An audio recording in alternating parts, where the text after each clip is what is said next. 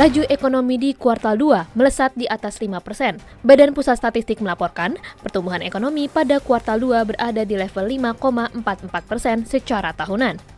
Pertumbuhan ekonomi Indonesia di kuartal kedua 2022 lebih tinggi dari konsensus para ekonom di 5,17%. Menurut data Badan Pusat Statistik atau BPS, pada kuartal 2 lalu, produk domestik bruto Indonesia sukses tumbuh 3,72% secara kuartalan. Hal ini menunjukkan pemulihan ekonomi yang solid.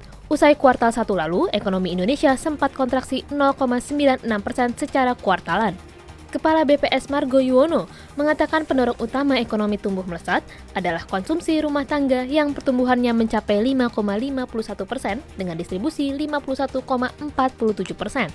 Momentum Hari Lebaran dinilai menjadi pendorong peningkatan konsumsi. Di sisi lain, lonjakan harga komoditas internasional baik batu bara, nikel, tembaga hingga minyak kelapa sawit juga menjadi pendorong kinerja ciamik ekonomi tanah air.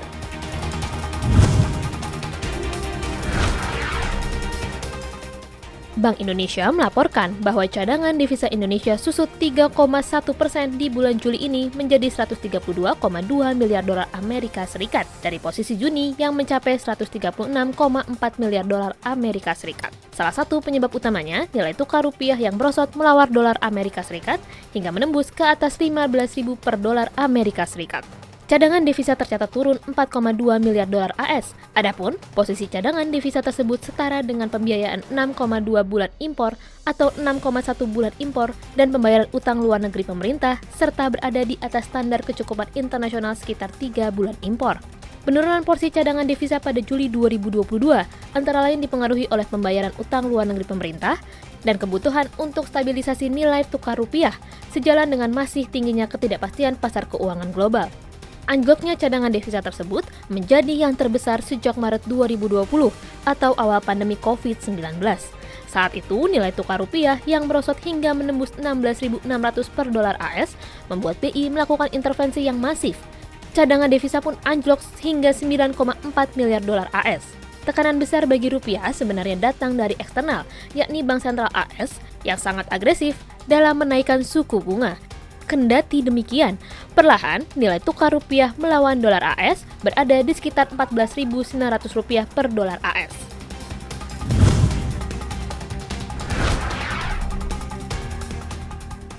Presiden Joko Widodo menegaskan bahwa harga bensin Pertalite yang berada di angka Rp7.650 per liter bukanlah harga keekonomian saat ini.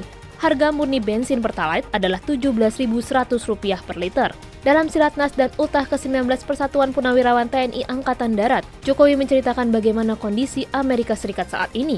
Negara tersebut diterpa inflasi yang sangat tinggi, akibat harga bensin di negara tersebut naik hingga 2 kali lipat. Lalu, Jokowi menyinggung kondisi dalam negeri.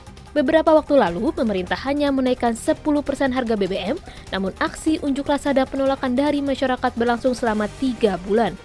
Oleh karena itu, Jokowi mengatakan pemerintah berusaha mengendalikan agar harga BBM tidak ikut terdampak dari kenaikan harga minyak dunia. Jokowi tak ingin kenaikan harga bensin ikut menggerek harga barang konsumsi lainnya. Pemerintah pun mengucurkan anggaran subsidi bahan bakar Rp502 triliun.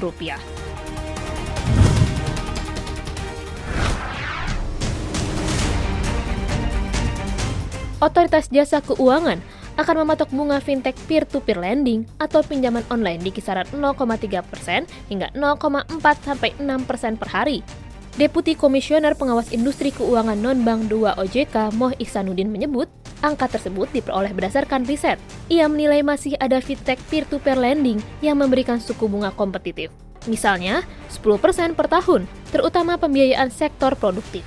OJK memandang kisaran bunga tersebut juga telah memperhatikan kemampuan perusahaan agar bisa bertahan, mengingat ada risiko tinggi karena penyaluran pinjaman tak perlu tatap muka. Namun, rencana ini tampaknya tidak disetujui semua pihak, terutama pelaku industri pinjol, yang menilai bahwa dengan bunga pinjaman tersebut maka mereka sangat terbatas dalam memberikan penyaluran pendanaan.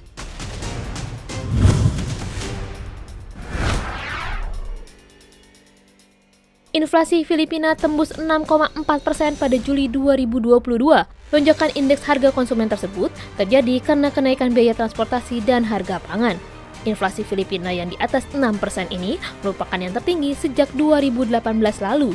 Tingkat inflasi Filipina ini berada di level tertinggi yang diprediksi Bank Sentral Filipina, Bangko Sentral Filipinas atau BSP, yaitu 5,6% hingga 6,4%.